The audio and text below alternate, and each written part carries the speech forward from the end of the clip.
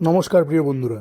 BJP সাংসদ নিশিকান্ত দুবে বলেছেন, পেহেলগাম সন্ত্রাসী হামলার চেয়ে দুর্ভাগ্যজনক কিছু হতে পারে না এবং সৌভাগ্যবশত ভারত আজ এমন একজন নেতার হাতে পরিচালিত হচ্ছে যার পাশে 140 কোটি ভারতীয় রয়েছে এবং যাকে গোটা বিশ্ব শক্তিশালী প্রধানমন্ত্রী হিসেবে দেখে।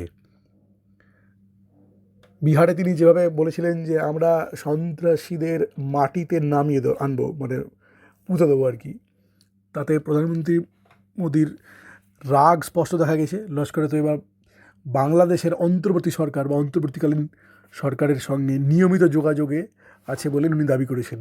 সন্ত্রাসী অনুপ্রবেশ বন্ধ করতে ভারতের এবং বাংলাদেশের উভয় সীমান্ত সুরক্ষিত করা জরুরি। গঙ্গার পানি বন্টন চুক্তি 1996 সালে কংগ্রেস সরকার যে করেছিল তা ছিল ভুল।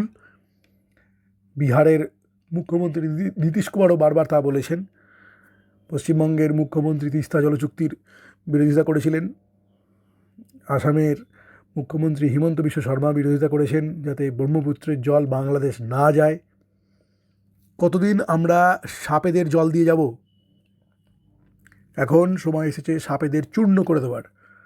গোটা বিশ্ব এবং বিশেষ করে আমাদের দেশ প্রধানমন্ত্রী এবং স্বরাষ্ট্রমন্ত্রীর ওপর ভরসা রাখছে, শীঘ্রই এই কাজ সম্পূর্ণ হবে।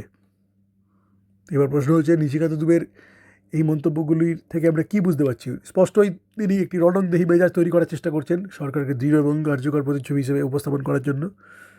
তো পহেলগাম হামলার পরে মানুষের মধ্যে স্বাভাবিকভাবেই ক্ষোভ এবং নিরাপত্তা নিয়ে উদ্বেগ জেগেছে।